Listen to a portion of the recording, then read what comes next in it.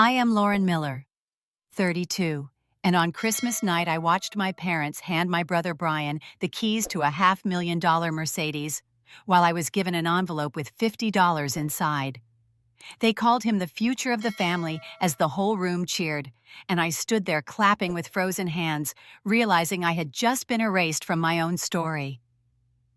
The Miller house glittered with Christmas lights that stretched across the wide porch and wrapped around the tall oak trees out front. Inside, garlands and ribbons draped over the staircase, the smell of cinnamon and pine filling every corner. The fire in the stone hearth popped and sent sparks upward as relatives crowded the living room, their voices layering over one another in warm holiday chatter. I leaned against the banister, holding a mug of cider that had long gone cold, while all eyes shifted toward my younger brother Brian. At 28, tall and broad-shouldered, he had the kind of charm that drew people in without effort. Tonight the spotlight was literally his. My father, Richard, 60, and proud in his red sweater, lifted a pair of keys tied with a huge red bow. The room quieted just enough for his voice to carry. He said this gift was not just a car, it was an investment in the future. My mother, Susan, clasped her hands together, pearls glinting against her neck, and smiled as if she had just witnessed a miracle. Through the window, under the glow of a floodlight, sat a brand-new Mercedes G-Wagon, a limited edition collector's model that cost close to $500,000. The chrome grille caught the light like jewelry. Gasps rose, then applause, then a chorus of congratulations. Someone lifted a glass of wine and toasted to Brian, calling him the golden boy of the family. Brian laughed, twirling the keys around his finger, hugging Dad, kissing Mom on the cheek, then posing for photos with cousins who pushed in around him. I clapped once softly, though my palms felt damp. It was the same pattern I had lived through since childhood. Brian was celebrated for existing, while I, the older sister, was expected to stand aside and applaud. The cameras flashed again as my uncle shouted that Brian was destined for greatness. Mom nodded and said he always had been. I looked at my father. He was smiling with the calm certainty of a man who believed the future had already been decided. Then my name was called. A hush passed through the room, as if people remembered I was standing there. My mother reached into her handbag and handed me a white envelope. I opened it slowly, the papers stiff against my fingers, and slid out a single $50 bill. My heart sank. I waited for someone to laugh, for someone to say this was a joke. No one did. Mom offered a polite nod and said, since I had built a career on my own, I did not need more. Dad added, with a voice that carried no hesitation, that Brian was the future of the family and the one who required their support. I folded the bill and slipped it back into the envelope. The fire cracked behind me. Laughter erupted again as Brian pressed the key fob and the car lights flashed outside. Everyone poured through the doorway to admire it. I stood alone near the staircase, staring down at my hands. My cheeks burned not because of the money, but because of the message. I had been written out of the story in front of the very people who should have defended me. I tightened my grip on the mug, the ceramic warm against my palm, though the cider was cold. Outside, Brian revved the engine, the deep growl vibrating through the walls, and the family cheered louder than before. I let my eyes fall shut, hearing their voices blend together into a wall of sound that excluded me completely. It was not the first time. Every holiday had carried some version of this, each one leaving a scar that no one else could see. When I opened my eyes, the room looked different, harsher somehow. The glow from the tree blinked across the polished floor, reflecting on the envelope still in my pocket. The $50 felt heavier than the car outside, heavier than all the cheers. My chest tightened not with tears, but with something sharper, something that refused to break. I stayed quiet, motionless near the banister, letting the scene play out without me. The truth pressed in harder with every second. This was not just about tonight. It was about years of silence, years of being the afterthought. My father's words echoed in my head. Brian is the future, as if my existence had no value at all. I turned my face away from the window, away from the glow of headlights, and stared into the shadows along the staircase. For the first time, I did not push the feeling down. I let it rise steady and deliberate like a spark catching fire at the base of dry wood. What I held inside that night was not grief. It was recognition. And it would not be the last time I remembered how my family had chosen to erase me. The memories of other nights of birthdays and graduations where I had been overlooked began to stir in the back of my mind. I lifted the mug again, swallowed the last cold sip, and listened as Brian laughed outside, his voice echoing through the Texas night. The sound pulled me backward straight into the years I had tried to forget, the years when the pattern had first begun. I remembered being 16, standing alone on a stage in the high school auditorium, clutching a certificate that meant everything to me. I had worked for years to earn that scholarship, staying up late to finish essays while working weekends at the diner. The other kids had families in the front row holding bouquets and snapping photos. When I looked out, the seats where my parents should have been were empty. They had taken Brian to his baseball practice, though he was only a bench warmer. I walked home that night with the certificate tucked under my arm and a knot in my chest that I never spoke about. College was worse. I scrubbed tables at a cafe in Austin until my fingers cracked just to keep up with tuition. Every dollar I saved went straight to the bursar's office. Meanwhile, Brian turned 18 and was handed a gleaming Mustang for his birthday, bought outright by my parents. They parked it in the driveway with a bow across the hood, proud, as if he had won it through hard work. I drove back to campus in my second-hand Toyota that rattled above 50 miles an hour, the silence in the car louder than any insult. It was not just the big moments. It was birthdays forgotten, graduations dismissed, favors ignored. Each time I told myself I was imagining it, that love just looked different for me. I tried to believe that being the responsible one was its own kind of praise. But deep down, I knew the truth. I was the invisible child, the one expected to handle things on her own, so the family could pour everything into Brian. When I started working after college, I sent money home, sometimes believing it would help lighten their load. I thought maybe if I gave enough, I would finally be seen. One winter, I wired $2,000 so Dad could fix the roof before the storms. Weeks later, I logged into my bank app and froze. The transfer history showed my deposit had been moved not to the home repair company, but directly into Brian's account. I stared at the screen, reading the same line over and over until the numbers blurred. Money from me straight to him. I called Mom, my voice shaking.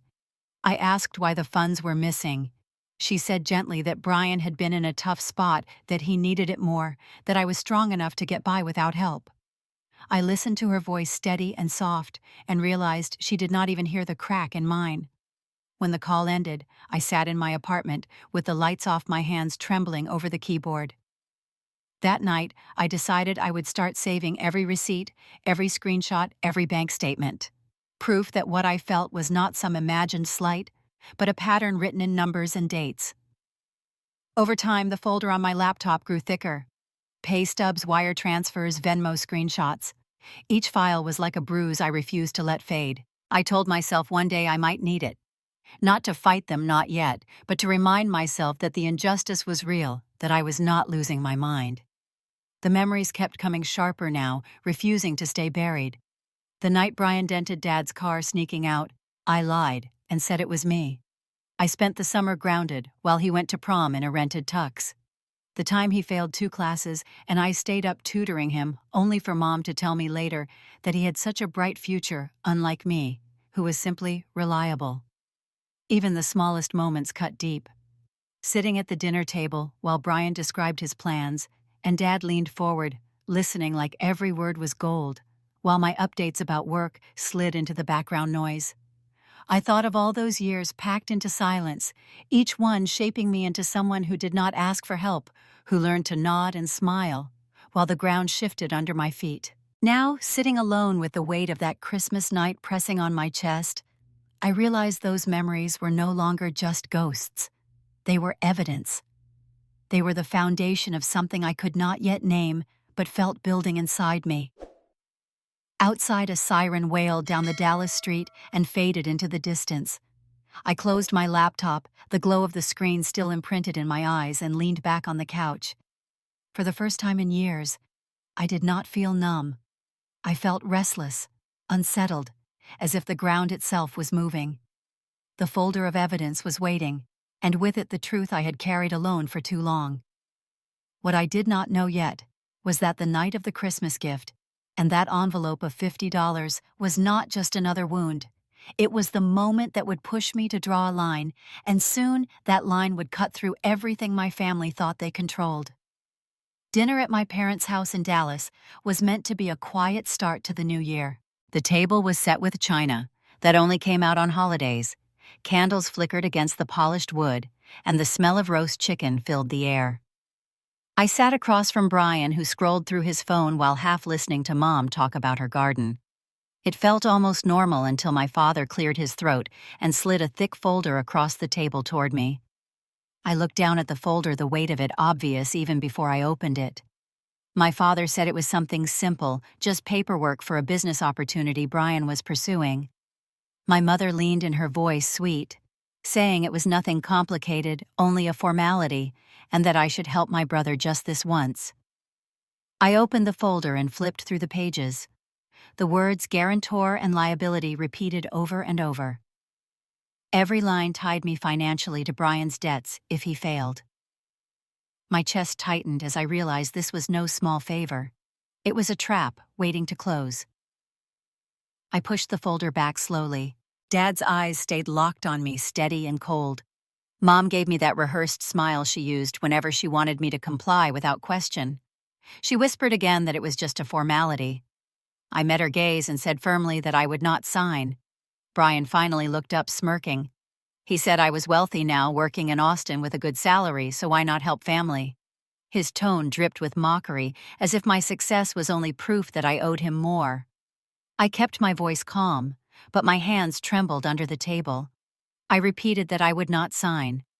The room went silent. My father's jaw clenched. My mother let out a soft sigh that carried more disappointment than words ever could. Brian leaned back in his chair, shaking his head like I had just betrayed them. I stood the chair scraping against the hardwood floor and left the folder on the table. No one followed me. No one raised their voice. The silence was heavier than shouting, thicker than any argument we had ever had. It pressed against my shoulders as I walked out of the dining room, past the family photos lining the hallway. In every picture, Brian smiled in the center while I stood at the edge, half-cropped by the frame. I stopped at the door long enough to hear the faint sound of silverware clinking again, as if dinner had resumed without me. They had already folded me out of the evening, just like they had folded me out of their plans for the future. My hands shook as I slipped on my coat and stepped into the cold January air. The night sky above Dallas was clear stars sharp against the dark. My breath came out in clouds as I walked to my car. Inside, I gripped the steering wheel and let the silence wrap around me. I thought about the folder, about Brian's smirk, about the way my father's eyes never softened. Something had been cut clean in that dining room. It was not just trust.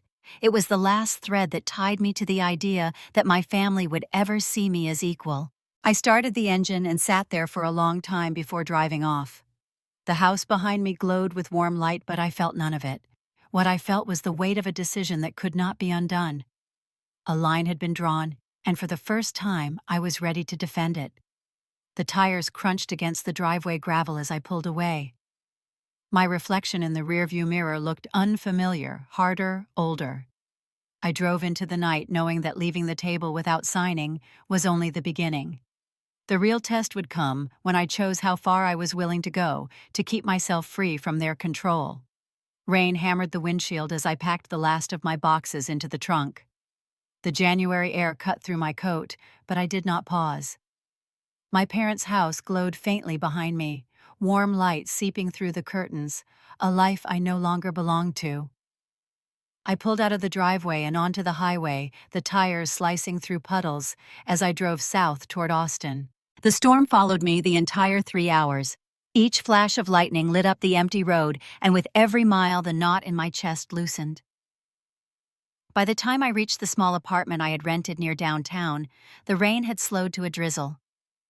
The place was tiny, a one-bedroom with peeling paint and a kitchen the size of a closet.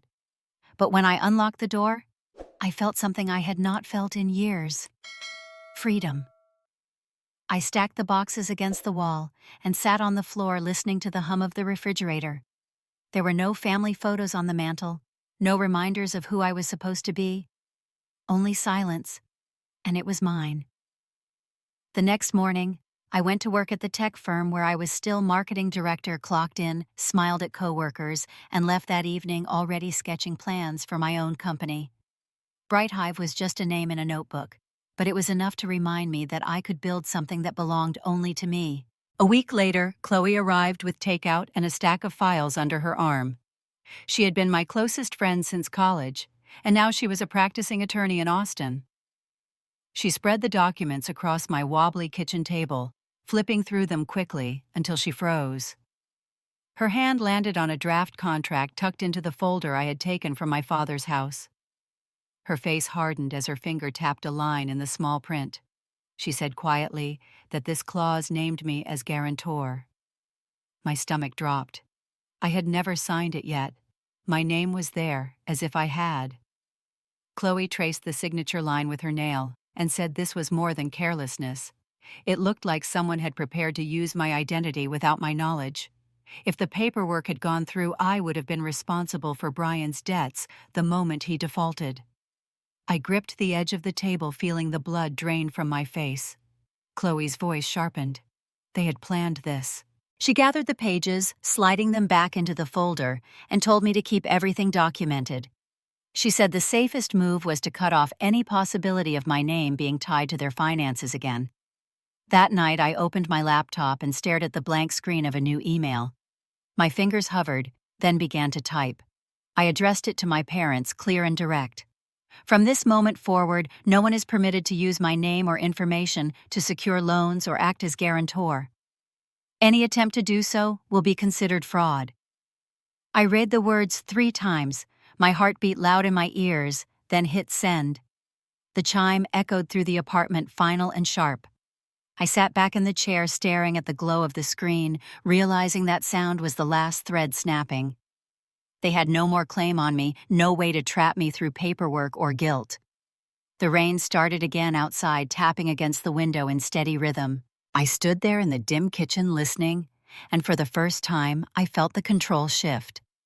But I also knew storms never passed quietly in my family, and this was only the beginning of what they would try next. By June, the heat in Austin pressed down like a weight, but inside my small apartment, the hum of a box fan kept me company. As I worked late nights on SparkNest, the startup I had poured everything into.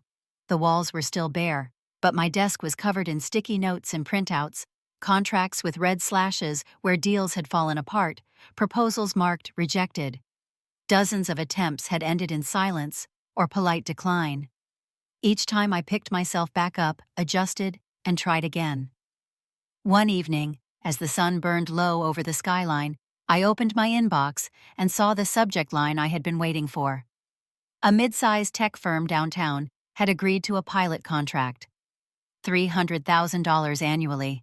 My hands shook as I clicked the message, reading the words over and over until they sank in. It was not just money. It was survival, the validation that SparkNest was real, not just a dream scratched into a notebook. That weekend, Daniel stopped by. He had been a friend since college now, a successful entrepreneur in his own right. We sat at the counter with takeout boxes, laughing for the first time in months. He leaned back in his chair and said, "The best revenge is living well." His words settled into me deeper than I expected. I realized he was right. Outshining the people who tried to erase me was more powerful than arguing with them. But the storm from Dallas was moving closer. It started with a forwarded email from my bank. The subject line read, "Past due account alert." My stomach dropped. I opened it and saw details for a loan I had never touched. Brian's name was buried in the fine print, tied to the same trust that had funded his car. The message warned of repossession if payment was not made. I felt a chill. 2 days later, Eleanor, my father's cousin, sent me a video she had recorded from across the street. I tapped play and saw the Mercedes G-Wagon in the driveway of my parents' house, hooked to the back of a tow truck. The red bow that had once been paraded in front of me was long gone. Brian stood in the rain, shouting, his voice hoarse as neighbors peeked from their windows. He pounded on the hood, cursed, begged, but the truck pulled away slowly, taillights glowing against the wet pavement. I watched the clip twice, my hands still. I did not feel joy, not even relief. I only felt the weight of what I already knew. Years of being spoiled had left Brian Hollow unprepared for the real world. The car had not been a gift of love. It had been another chain of dependence. Now it was gone, and with it the illusion that he was untouchable. That night I sat by the window of my apartment, the city lights flickering in the distance. I thought about the contract I had just signed. The team I was slowly building, the quiet victories no one back home would ever clap for. I thought about Brian's face, twisted in rage and despair, as the tow truck carried away the symbol of his privilege. For a moment the images blurred together, success and failure side by side. I sipped from a glass of water, my reflection faint in the glass. Success was mine now, not theirs to grant or deny. But failure that belonged to them, and it was only a matter of time before the cracks spread further than a repossessed car. The silence of my apartment grew heavy again, and I knew Dallas had not seen its last reckoning. By October, the cracks in my family's world had widened into chasms. News traveled quickly, even from hundreds of miles away. The Miller name, once whispered with admiration in our Dallas neighborhood, was now spoken with pity or contempt. My father's small contracting business collapsed under the weight of loans he had co-signed to cover Brian's ventures. Vendors stopped calling. Clients walked away. What had been the pride of his retirement years turned into an empty storefront with a for lease sign taped in the window. Neighbors noticed when the yard went untrimmed, when deliveries stopped, when the glossy cars in the driveway vanished one by one. People gossiped quietly at the church and in line at the grocery store. I heard it from Eleanor, my father's cousin, who still lived 3 streets over. She called me late one evening, her voice low, telling me people were talking about favoritism, about how everything had always gone to Brian while I was left to fend for myself. She ended softly, saying I was never wrong, that I had carried the truth alone for too long. In November, an article appeared online, unsigned but sharp. It told the story of a family torn apart by favoritism, describing a son lavished with gifts and protection, while a daughter was cast into the shadows. It did not name the Millers outright, but it did not have to. Everyone in Dallas knew. The piece was shared in local groups, whispered about at barbecues passed around, at my father's old office.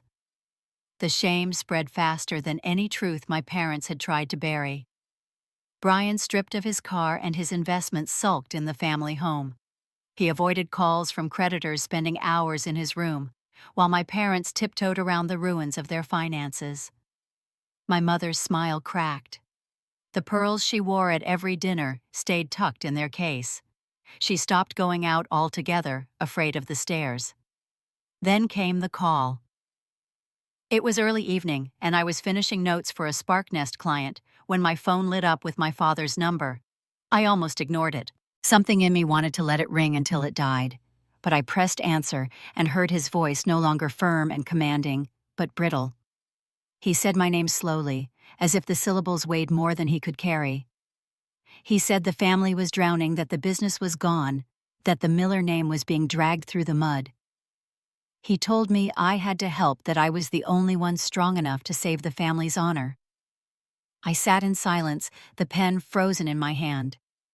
This was the same man who had once looked at me across the dinner table and declared that Brian was the future. Now his words cracked with desperation. I could hear the clinking of a glass in the background, the shuffle of my mother's footsteps, the muffled sound of Brian complaining. My father's voice lowered to a whisper. He begged me to rescue their reputation, to keep the family from becoming a cautionary tale. I closed my eyes, remembering the folder on the dining table, the $50 bill in the Christmas envelope, the years of being overlooked. The weight of his plea pressed against me, but beneath it, I felt something harder, sharper. The balance had shifted, and he knew it. When the call ended, I sat back in my chair, staring at the ceiling. The air in my apartment felt heavy, but not suffocating. For once, I held the power. And I knew this reversal was only the beginning. Because desperation has a way of driving people to do things they never imagined. The first week of January, my phone would not stop vibrating. Every hour another call came in from Dallas. At first it was my mother. Her voice cracked through the line begging me to come home, telling me she could not sleep, that the neighbors were talking, that everything was falling apart. I listened in silence until her sobs blurred into static. Then Brian's number flashed. He pleaded, saying I was his sister, that family meant sacrifice, that if I did not step in, everything they had would collapse. I told him he had already collapsed it. The next day my father's voice filled the phone, no longer begging but spitting anger. He said I was selfish, ungrateful, that he had raised me better. I let him rage until the words turned hollow and hung up. But the calls kept coming. Morning, afternoon, midnight. I silenced the phone, but the messages piled up. My chest felt tight, not from temptation to give in, but from the relentless noise of their desperation. One evening, I opened my email and saw a new message from Brian. The subject line was my name. The body was short. If you do not help, I will go public about your company and the crypto funds. I stared at the words, blinking, the audacity almost laughable. I had invested small amounts years earlier in legitimate ventures, nothing illegal, nothing hidden, but he had twisted it, reshaped it into a weapon he thought he could use to scare me. I laughed under my breath, the sound bitter. For the first time, I saw them for what they had become. Not family, not protectors, just people willing to bend truth and claw at anything to drag me back into their chaos. I typed a single line in reply. Do what you think you must. Then I closed the laptop. The phone lit again, call after call, my mother's number, my father's, Brian's. I pressed block on each one. One by one, their names disappeared from my screen, replaced by silence. When the last call ended, the apartment felt still, almost too still. I set the phone on the counter and exhaled the breath, long and steady, a weight leaving my chest. I was no longer the daughter expected to absorb every blow, the sister meant to sacrifice, the invisible child used for convenience. I was the one drawing the boundary, the one deciding what my life would look like. The screen went dark, and in its reflection I saw my own face, calm for the first time in months. The quiet wrapped around me like a new kind of armor. For the first time in my life, I was untouchable. Yet even in that calm, I knew Dallas was not finished with me. Families like mine did not accept defeat easily, and the silence I had created was only going to echo louder when the consequences finally caught up. By the spring of 2025, I was standing in a glass corner office in Los Angeles with sunlight pouring across the polished floor. The city stretched wide beneath me, alive with movement, a backdrop to a life I had built entirely on my own terms. SparkNest was no longer just a scrappy startup. It had grown into a thriving company with contracts across the state and a team that believed in the vision I carried. Behind me, I could hear Chloe discussing a new client with one of our associates, her steady voice grounding the room. Daniel leaned against the conference table, teasing me about working too many hours. His easy laugh, reminding me that not every bond had to hurt. My team, my chosen family, filled the space with energy. For the first time, I felt surrounded by people who saw me for who I was, not for what I could give them. I turned back to the window and thought about Dallas. Word had reached me through Eleanor and the whispers of neighbors who still called now and then. Brian had lost job after job. The shine that once drew people in had dulled, and without money or reputation to shield him, he struggled to keep himself afloat. The Mercedes that had been paraded in front of me like a crown jewel was long gone, repossessed, and forgotten, a memory rusting in the corners of his mind. My parents had retreated into a quieter life. The house that once hosted glittering Christmas parties stood dim blinds, closed the yard unkempt. Neighbors said they rarely came outside anymore. My mother stopped wearing her pearls to Sunday service. My father no longer had a business to boast about. They had chosen silence, but it was not the silence of peace. It was the silence of people who had finally run out of excuses. Sometimes I thought about that night in Dallas when the tree lights blinked against the polished floor and Brian revved the engine of a brand new car. I could still feel the envelope in my hand, the weight of a single $50 bill, and the sting of words that had cut deeper than they realized. They gave me scraps and believed I would stay grateful. They thought I would always play the role of the invisible child. I pressed my palm to the cool glass of the office window, watching the afternoon light sink toward the Pacific. The truth was clear now. That night had not been the end of me. It had been the beginning. They gave me $50 and thought it was enough to bind me. Instead, it was the spark that carried me here into a life where their shadows no longer reached. My voice in my head was steady, stronger than the girl who once sat alone on a stage with no one cheering. They gave me $50 and thought I would stay. But I walked away, and I never looked back. If you have ever been treated like the invisible one in your own family, you know the ache of being overlooked. Share your story. Tell me how you found your way to freedom, or how you are still searching for it. Because justice does not always arrive with a grand gesture. Sometimes it begins the moment you choose to draw a line and never let it be crossed again.